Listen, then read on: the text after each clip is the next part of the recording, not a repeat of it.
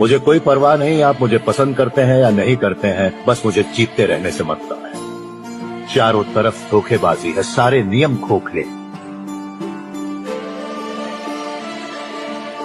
तो आपका स्वागत है इस छल कपट के तौर।